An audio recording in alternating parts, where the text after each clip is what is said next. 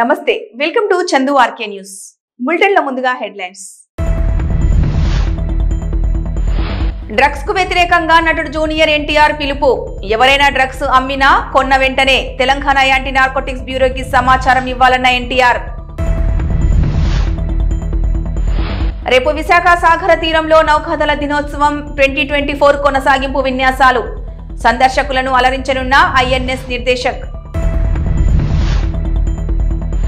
ముఖ్యమంత్రి రేవంత్ రెడ్డిని కలిసిన ఆల్ ఇండియా బంజారా సేవా సంఘ్ తెలంగాణ రాష్ట్ర అధ్యక్షులు సభావత్ రాములు నాయక్ ఈ నెలలో జరిగే ఆల్ ఇండియా బంజారా సేవా సంఘ్ మీటింగ్ కు సీఎం కు ఆహ్వానం సావిత్రిబాయి పూలే 194వ జయంతి వేడుకలు పాల్గొన్న మంత్రి పొన్నం ప్రభాకర్ తెలంగాణ ప్రభుత్వం డ్రగ్స్ కు వ్యతిరేకంగా చేసే పోరాటానికి నటులు సహకరించాలని కోరిన మేరకు ఇప్పటికే అల్లు అర్జున్ రెబల్ స్టార్ ప్రభాస్ లు డ్రగ్స్ వ్యతిరేకంగా తమ సందేశాలను వీడియో రూపంలో మీడియాకు విడుదల చేసిన విషయం అందరికీ తెలిసిందే. తాజాగా జూనియర్ ఎన్టీఆర్ మరోసారి డ్రగ్స్ కు వ్యతిరేకంగా ప్రకటన ఇచ్చారు. మీకు తెలిసి ఎవరైనా డ్రగ్స్ అమ్మటం, కొనటం, వినియోగించడం చేస్తుంటే వెంటనే తెలంగాణ యాంటీ నార్కోటిక్స్ బ్యూరోకి సమాచారం అందించండి అని ఎన్టీఆర్ కోరారు. మన దేశ భవిష్యత్తు మన యువత చేతిలోనే ఉంది. కానీ కొంతమంది తాత్కాలిక ఆనందం కోసం, క్షణికమైన ఒత్తిడి నుండి బయటపడటం కోసం సహచరుల ప్రభావం వలన స్టైలను, మాదక ద్రవ్యాల పట్ల ఆకర్షితులు కావడం చాలా బాధాకరం. జీవితం అన్నింటికంటే విలువైనది. రండి, నాతో చేతులు కలపండి.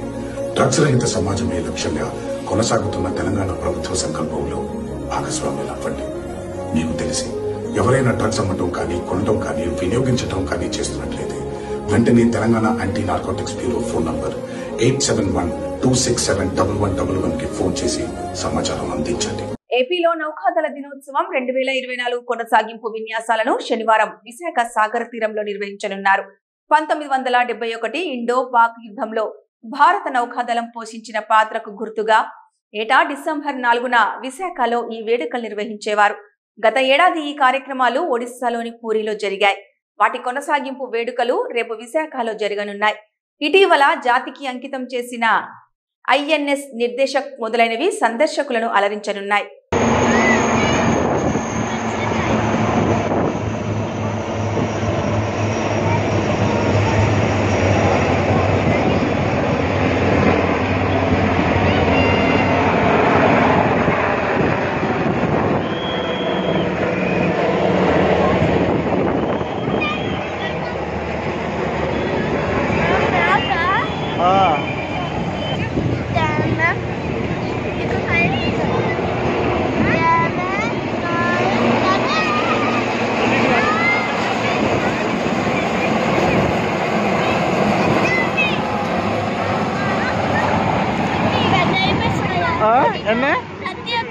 తట్టేనా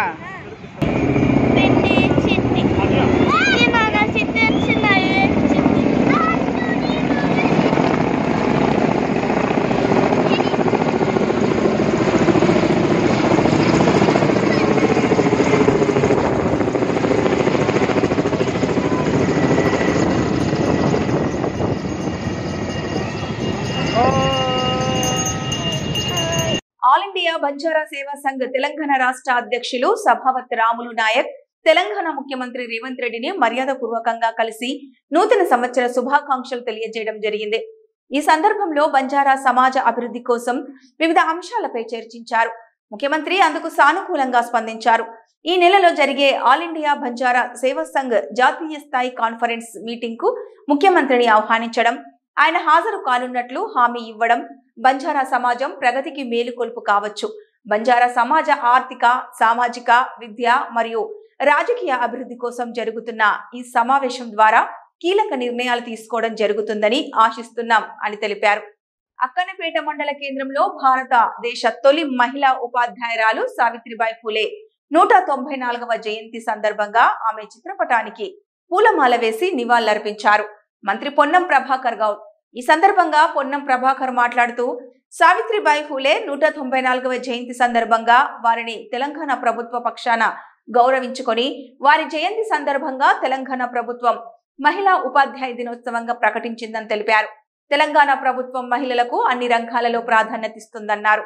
మహిళలకు ఆర్టీసీలో ఉచిత ప్రయాణం, ఇందిరమ్మ ఇల్లు, మహిళా సంఘాల పటిష్టం, కోటి మంది మహిళలకు కోటీశ్వరులు చేయడం మా ప్రభుత్వం లక్ష్యం. విద్యా వ్యవస్థలో అనేక రకాల వసతులు కల్పిస్తోంది. మహిళల జీవితాల్లో వెలుగులు నింపిన సావిత్రిబాయి పూలే గారికి ఘన నివాళులు అర్పిస్తున్నామన్నారు మంత్రి పొన్నం. సావిత్రిబాయి పూలే మహిళలు కూడా చదువుకోవాలని నినదించి ఈరోజు సమాజంలో మేము సగం అనేటువంటి పరిస్థితికి ఎదగడానికి కారకులైనటువంటి సావిత్రిబాయి పూలే జయంతి సందర్భంగా వారికి ఘనంగా నివాళులర్పిస్తా ఉన్నాం. వారిని తెలంగాణ ప్రభుత్వ పక్షాన గౌరవించుకొని మహిళా ఉపాధ్యాయ దినోత్సవం కూడా ప్రకటించినాం. వారి పట్ల అపారమైన గౌరవం ఉంది.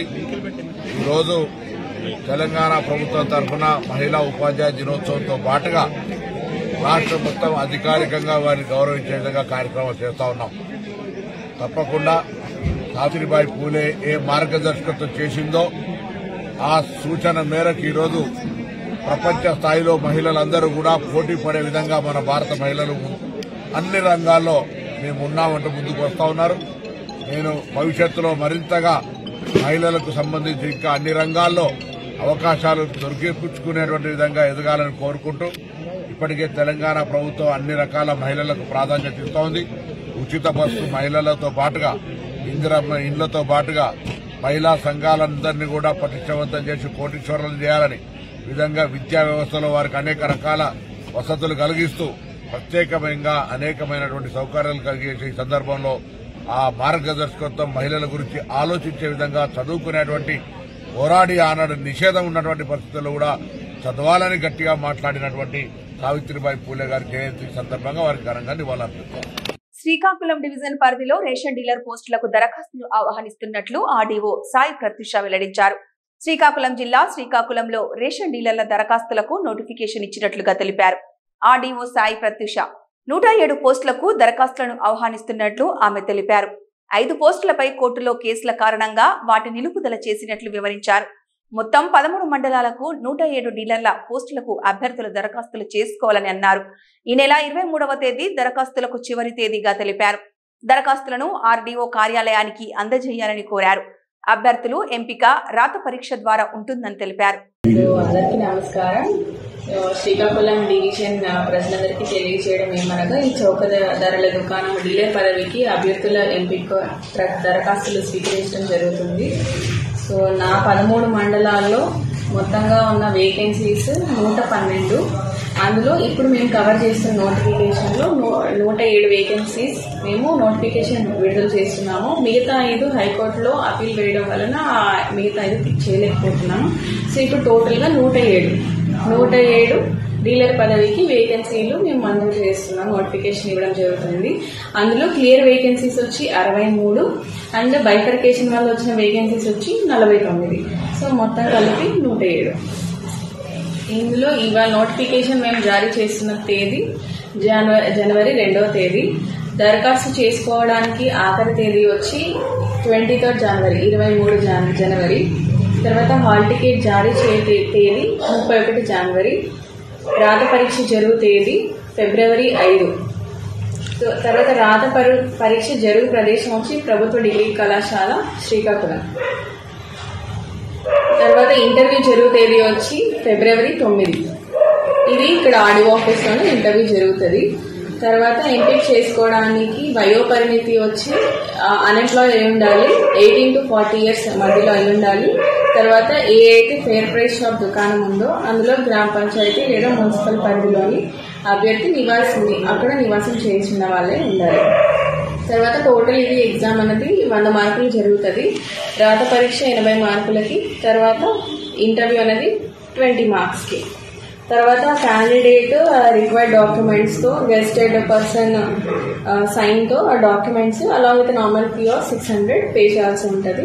సో మొత్తం ఈ వేకెన్సీస్కి లాస్ట్ తేదీ వచ్చి 23 జనవరి. ఇది మేము మండలం వైజ్ మీకు లిస్ట్ ఇస్తాము. ఏ మండలంలో ఎన్ని వేకెన్సీస్ ఉన్నాయి, ఎక్కడెక్కడ ఫేర్ ప్రైస్ షాప్ డీలర్ పదవికి అభ్యర్థి దరఖాస్తు చేసుకోవచ్చో మేము మీకు లిస్ట్ ఇవ్వడం జరుగుతుంది.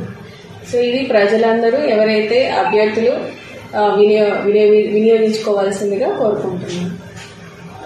సినిమా స్టైల్లో మద్యం అక్రమ రవాణా చేస్తున్న ముఠాను అరెస్టు చేశారు గుంటూరు ఎక్సైజ్ పోలీసులు. పోలీసులు తెలిపిన వివరాల ప్రకారం పల్నాడు జిల్లా రొంపిచెర్ల మండలం తుంగపాడు గ్రామానికి చెందిన బాలకృష్ణ మినీ లారీ కొనుగోలు చేసి అందులో రహస్యంగా మద్యం రవాణా చేయడానికి ప్రత్యేక అరలను తయారు చేశాడు. ముండ్రు మస్తాన్ రావు యాకూబ్తో కలిసి పుదుచ్చేరిలో మద్యం కొనుగోలు చేసి తీసుకొచ్చి ఇక్కడ అమ్ముతున్నట్లు తెలుస్తోంది. తనిఖీలో భాగంగా పోలీసులు గుర్తించి ముగ్గురిని అరెస్టు చేశారు.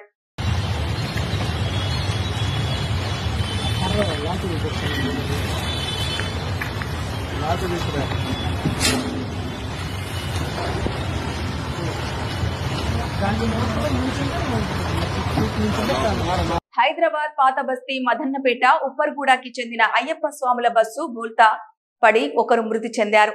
ఎరుమల్లి నుండి పంపానది శబరి వెళ్తున్న గురుస్వామి రాంపాల్ యాదవ్, అభి యాదవ్, రామ్ యాదవ్, పెద్ది యాదవ్ల ఆధ్వర్యంలో వెళ్తున్న అయ్యప్ప స్వాముల బస్సు పంపానదికి 15 కిలోమీటర్ల దూరంలోని ఘాట్ రోడ్డులో బోల్తా పడింది.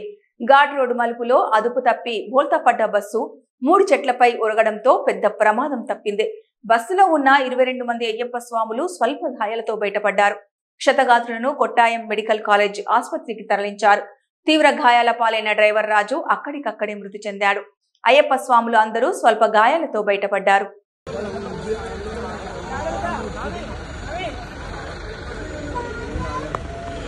ఎడమగట్టు జల విద్యుత్ కేంద్రానికి ప్రమాదం పొంచి ఉన్నట్లు తెలుస్తోంది. కొద్ది రోజులుగా 0 ఫ్లోర్ లో ప్రారంభమైన నీటి లీకేజీని నియంత్రించే చర్యలు చేపట్టడం లేదని, డ్రాఫ్ట్ ట్యూబ్ చుట్టూ నీరు లీక్ అవుతున్నా ప్లాంట్ అధికారుల సమన్వయ లోపంతో పర్యవేక్షణ లేకుండా ఉందంటున్నారు. ఇకనైనా అప్రమత్తం అవ్వకపోతే భవిష్యత్తులో ప్లాంట్కు భారీ నష్టం సంభవిస్తుందని నిపుణులు అభిప్రాయపడుతున్నారు. ప్రభుత్వం వెంటనే స్పందించి సాంకేతిక నిపుణులతో ప్రత్యేక కమిటీతో విచారణ చేపట్టాలని కోరుతున్నారు.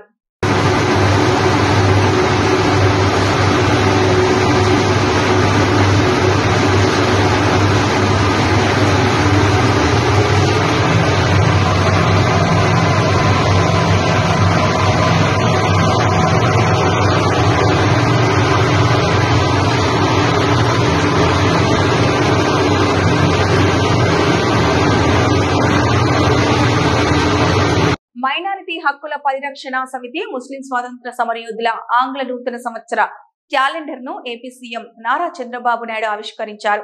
ఈ కార్యక్రమంలో Telugu Desam party political secretary టిడి Janardhan, మాజీ మంత్రి రాజేంద్ర ప్రసాద్, ఆలపాటి ఎంహెచ్పిఎస్ వ్యవస్థాపక అధ్యక్షులు మహమ్మద్ ఫరూక్ షుబ్లీ, సమతా సైనిక్ దళ్ నాయకులు, ఎంహెచ్పిఎస్ గౌరవ సలహాదారులు ముఫ్తీ ఫరూక్ తదితరులు పాల్గొన్నారు. వైఎస్ఆర్ జిల్లా పోరుమామిళ్ల మండలంలోని కమ్మవారిపల్లి గ్రామానికి చెందిన బద్వేల్ తెలుగుదేశం పార్టీ యువ నాయకులు చెరుకూరి రవికుమార్ రాష్ట్ర ముఖ్యమంత్రి నారా చంద్రబాబు నాయుడును సచివాలయంలోని ఆయన ఛాంబర్లో మర్యాదపూర్వకంగా కలిశారు. ఈ సందర్భంగా బద్వేల్ టీడీపీ యువ నాయకులు చెరుకూరి రవికుమార్ మాట్లాడుతూ బద్వేల్ నియోజకవర్గ ప్రజల తరపున ముఖ్యమంత్రి నారా చంద్రబాబు నాయుడుకు నూతన సంవత్సరపు శుభాకాంక్షలు తెలియజేశారు. అదేవిధంగా రాయలసీమలోనే అత్యంత వెనుకబడిన బద్వేల్ నియోజకవర్గానికి అభివృద్ధికి అన్ని విధాలుగా సహకరించాలని రాష్ట్ర ముఖ్యమంత్రి నారా చంద్రబాబు నాయుడును కోరడం జరిగిందన్నారు.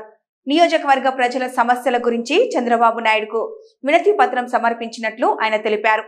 ఈ మేరకు సీఎం చంద్రబాబు నాయుడు స్పందించి ఆ వినతి పత్రాన్ని పరిశీలించి అన్ని వివరాలు అడిగి తెలుసుకొని పూర్తి స్థాయిలో బద్వేల్ నియోజకవర్గ అభివృద్ధికి సహకరిస్తామని చెప్పడం జరిగిందని ఆయన పేర్కొన్నారు. నా మంత్రాలయం నియోజకవర్గంలో విద్యని ప్రతి పేద విద్యార్థికి, అలాగే సాగునీరు, త్రాగునీరు ప్రతి రైతుకు అందించడమే నా మొదటి లక్ష్యం.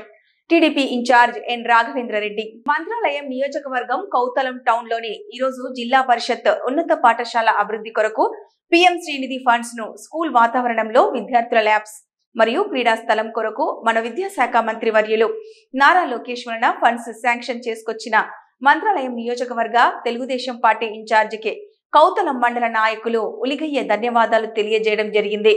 అనంతరం టీడీపీ ఇన్ఛార్జ్ ఎన్ రాఘవేంద్రారెడ్డి మాట్లాడుతూ నా మంత్రాలయం నియోజకవర్గంలో ప్రతి పేద రైతు, ప్రతి పేద విద్యార్థి బాగుపడాలని లక్ష్యంతో ముందుకు పోతున్నానంటూ దానికి కావలసిన సహాయ సహకారాలు సీఎం చంద్రబాబు నాయుడు మరియు విద్య మరియు ఐటీ శాఖ మంత్రి నారా లోకేష్ విద్యార్థుల అభివృద్ధి కొరకు బ్రహ్మాండంగా నిధులు మంజూరు చేస్తున్నారని, అలాగే ఈ స్కూల్లో ఈ శంకుస్థాపన చేయడం నాకు చాలా సంతోషకరమని మాట్లాడడం జరిగింది.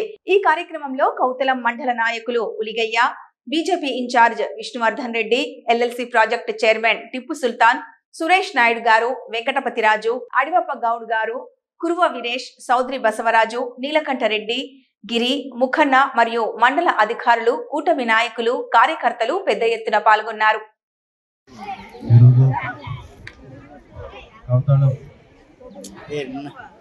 మండలంలో భూమి పూజ కూడా మొట్టమొదట ఈరోజే నియోజకవర్గంలోని ఈరోజు భూమి పూజ చేయడం జరుగుతుంది. ఈ భూమి పూజకు వచ్చినటువంటి పెద్దలందరికీ కూడా నియోజకవర్గ ఇన్ఛార్జ్ విష్ణువర్ధన్ రెడ్డి గారి, జనసేన రామాంజనేయులు, మన అన్న విజయన్న గారికి, సురేష్ నాయుడు గారికి, టిప్పు సుల్తాన్ అన్న గారికి, సాయిబాబా అన్న గారికి, అడివపన్న గారికి, వెంకటపతిరాజు గారికి, పేరు పేట ప్రతి ఒక్కరికి నా ధన్యవాదాలు తెలియజేసుకుంటూ, సర్పంచ్ గారికి,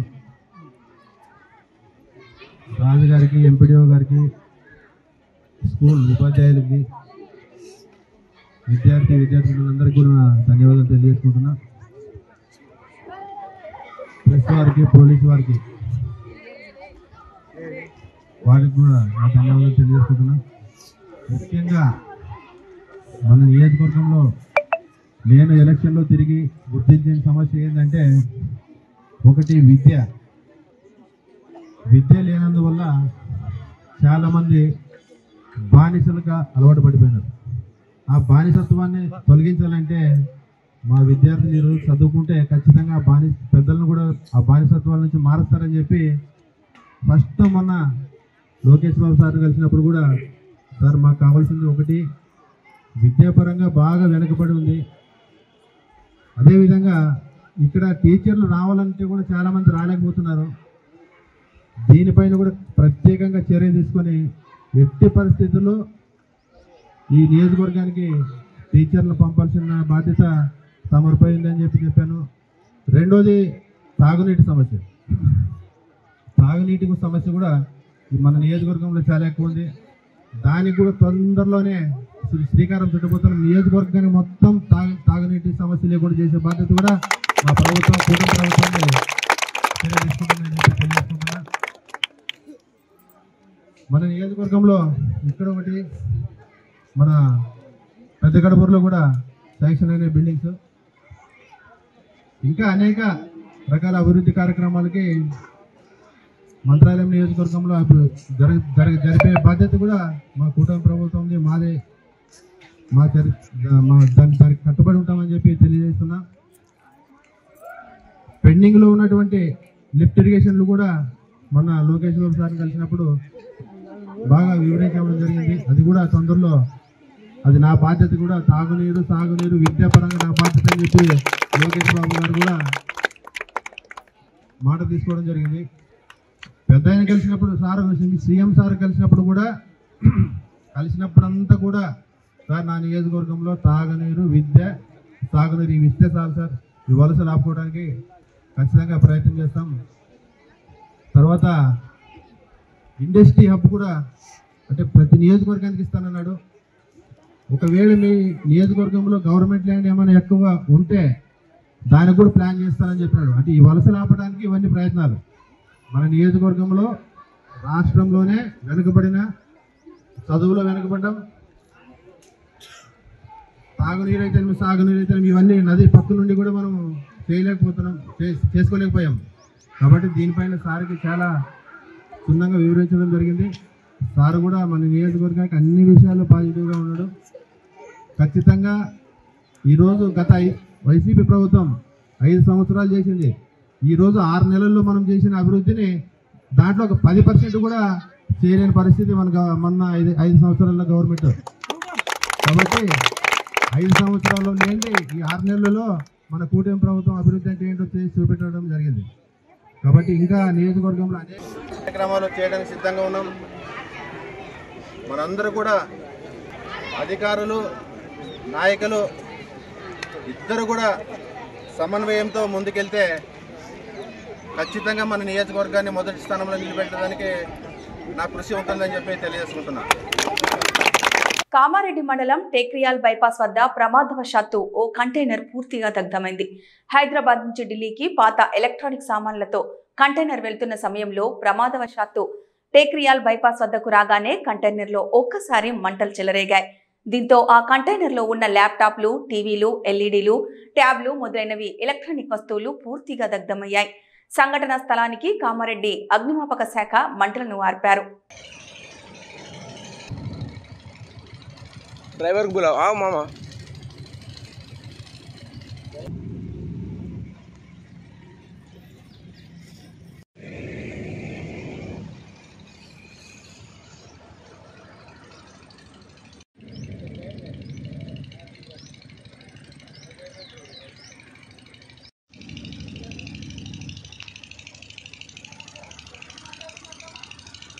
మామూలుగా మాకు 5:18 అరౌండ్ ఆ టైంలో కంట్రోల్ ఫైర్ సర్వీస్ నుంచి ఒక కాల్ రావడం జరిగింది.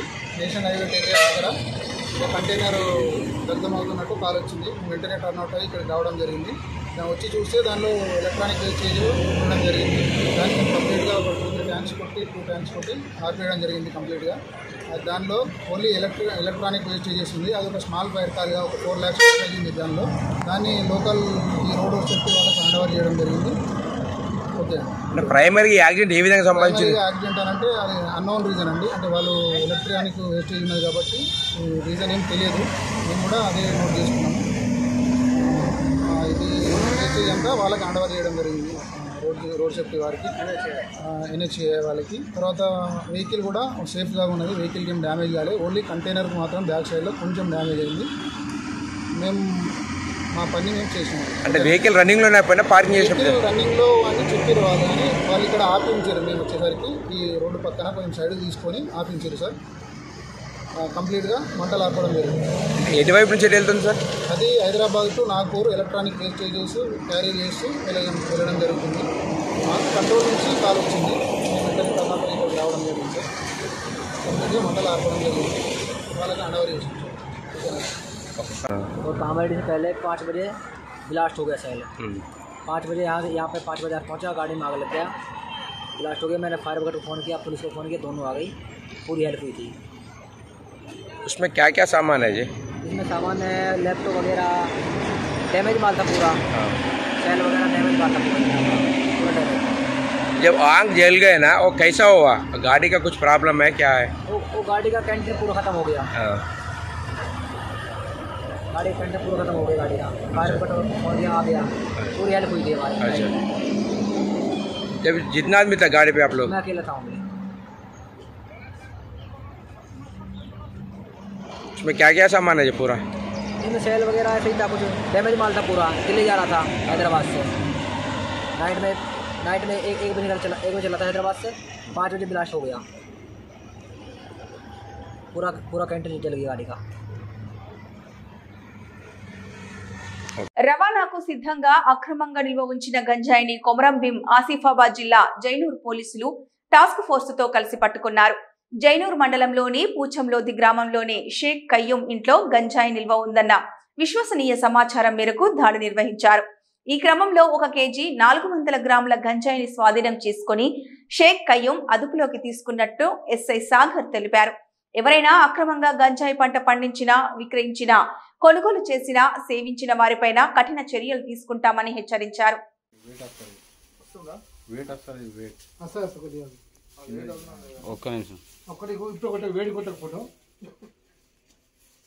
ఇవి ఈ బులెటిన్ అప్డేట్స్.